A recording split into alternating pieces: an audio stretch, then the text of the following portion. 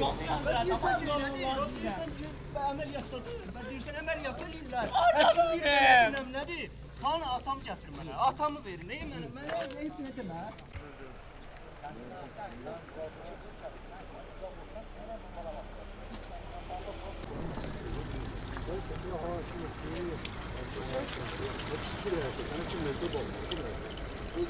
Köyüzbulaq kənd sakini Abbasov Abu Ərəstunoğlu. Bu rəhmətə gedən Azər, Baxşıyev Azər Naiboğlu Köyüzbulaq kəndində daimi yaşayış qeydiyyatında olan bir adamdır. Bu Uzuntəpə kəndində məskunlaşmışdı, Uzuntəpə kəndində. 4 övladı var. İkisi oğlan, ikisi qız. Oğlu elə bil doktorantura da oxuyur Bakıda.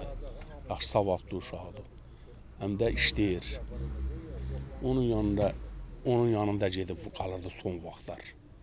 Mən son vaxtlar özüm bir neçə işlə bağlı zəng eləmişdim ona. Elə belə zəng elədim. O Bakıda qalırdı oğlunun yanında və gəlib bu yaxın günlərdə dünən gəlib, bugün gəlib belənsir bu hadisə törənib. Hadisə də törədən də Musalı kənd sakinidir.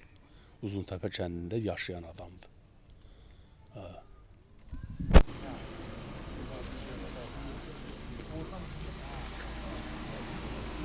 Kimden gelir? Söhbət edək, görürsün. Sıxılmışıq qalanlar, bir var yoxsa əlimizdə alanmayız.